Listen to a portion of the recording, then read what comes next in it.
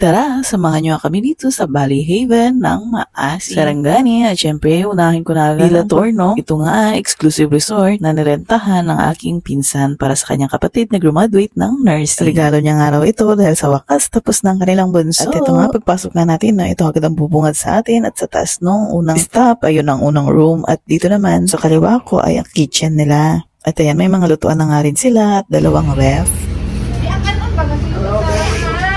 At dito naman sa aking pangalawang stop ay ang kanilang pinakamalaking room sa pagkakaalam ko. Ayan, at iikot ko nga muna kayo dito ng very quick, no? Hindi siya kalakihan, hindi rin naman maliit. Sakto lang. Sumama ng pusa.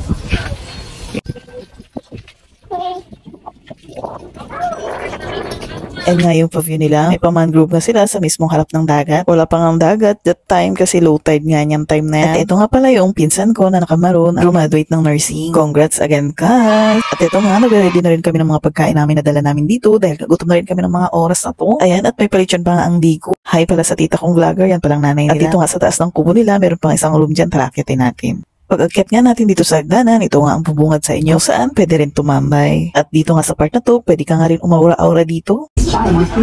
Post a chat with your friends and share your favorite songs with the entire squad without ad breaks. You can also play your favorite albums in any order with unlimited skips and repeats. Click the letter to learn more.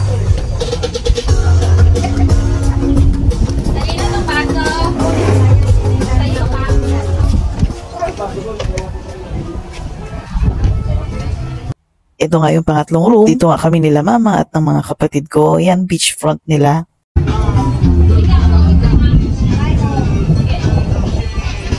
At eto nga yung panes nila. Hay nga para sa pinsan ko, artistahin. And tada, sabi ko naman sa inyo, kahit sa ang beach dito, merong nagtitinda ng ganito. At syempre, hindi na naman tayo magpapahuli. Dahil pagkatapos bumili nila tita, bumili rin nga ako ng akin. Dahil goods nga ito sa may thyroid problem. Katulad ko. Okay naman ang lasa ito, pero ang magdadala talaga dito is yung mga sausawan nila. Eto nga, tara samahan niyo ako magmukbang ng sea urchin. Yes, pag kumakain ako ito, palaging solo ko talaga yung isang plato. Tingnan mo siya, guys. Something about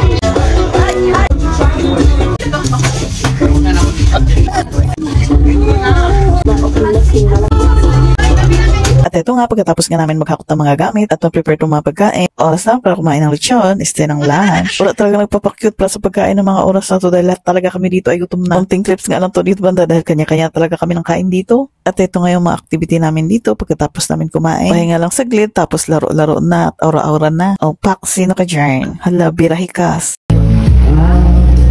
Ito nga pala si Dico, asawa ni Dika, sana all, sweet.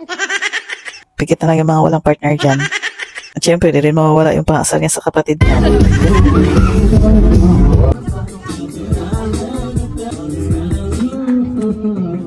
At eto, iyaw-iyaw na naman para sa dinner at pulutan. Video kayo mga feeling singer at mga yabag. At chat-chat na rin ang very light. At syempre, hindi rin mawala itong dalawang bulinggit na parang kasama sa gala. Kala ko sweet-sweetan na itong dalawang magkapatid na to eh. Nang biglang. At ito nga, nagdasal lang nga si mama para sa sayawan, stay sa dinner. Para ba naman eh, pagkatapos magdasal, imbis na kumain, nagsayawan.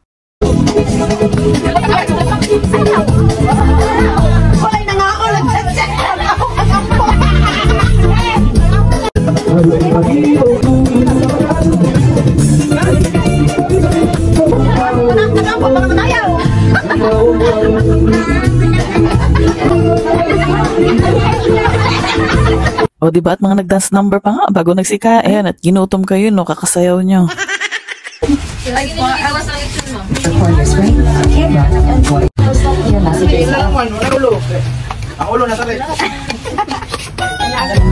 At ito nga pagtapos ko kumain at may pa-emote nga tayo sa tabing dagat. Charis, nagpapahinga lang pala kasi maya-maya makipaghabala na yan.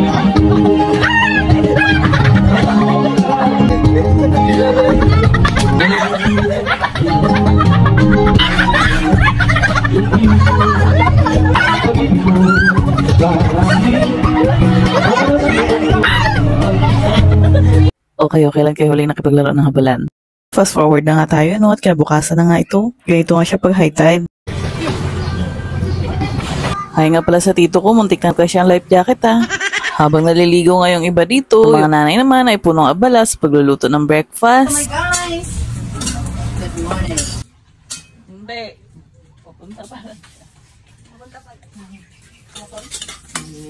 Kumot. Ay, kay kumot sa dakong kamot.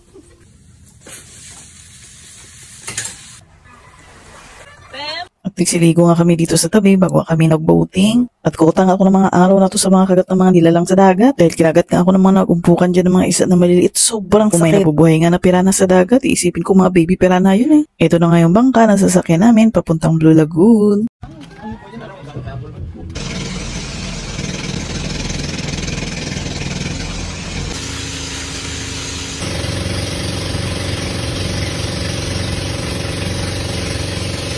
Pagdating nga namin dito, no, syempre wala na kami inaksayang oras at kanya-kanyang talon ng sa dagat. At oo, marami talagang pumupunta dito para maligo. Dahil nga sobrang linaw ng tubig dito at wala nga masyadong coral.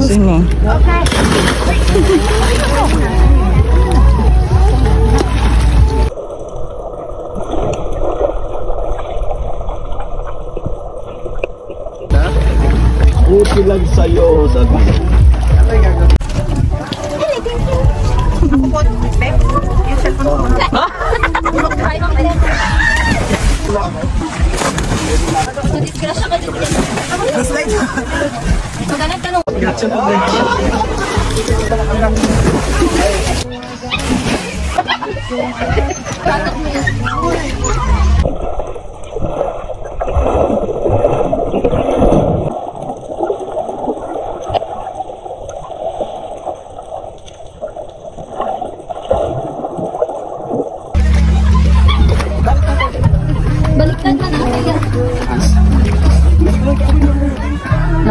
Mga 30 minutes na siguro kami dito nagtampisaw. And then pumunta kami sa aming next destination. Doon naman ay maraming isda at corals kang makikita. Doon nga madalas mag-free diving ang pinsan ko at ang girlfriend niya. And tada, dito na nga agad tayo. At sa ilalim nga nito, marami kang makikitang klase ng isda. Ang kaso hindi ko nga maipapakita sa inyo. Dahil nga wala akong case para sa cellphone ko para sa ilalim ng dagat. Syempre, hindi na ako nagpahuli no para makita nga yung mga isda. Iba-ibang kulay nga kasi ito. At merong malalaki, meron ding maliliit. Medyo nakakatakot lang talaga kasi nga di naman ako sanay. Isa pa yung maliliit nga ng mga isa nagat sa akin na sobrang liit na pwede mo nang tirisin sa liit. Ang sasakit nga mga gat. Ano pa kaya yun dito na klase-klase size? Medyo nakaka-trauma talaga.